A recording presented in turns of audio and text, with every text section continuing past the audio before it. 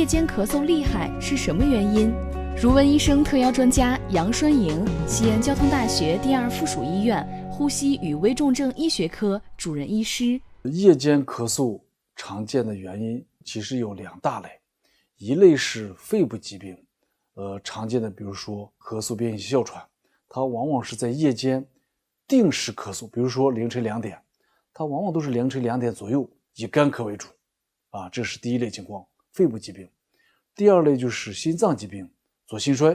各种原因导致左心衰，患者往往会表现为夜间阵发性呼吸困难、端坐呼吸，患者会表现为咳嗽、胸闷、气短，尤其是和粉红色泡沫样痰，这往往都是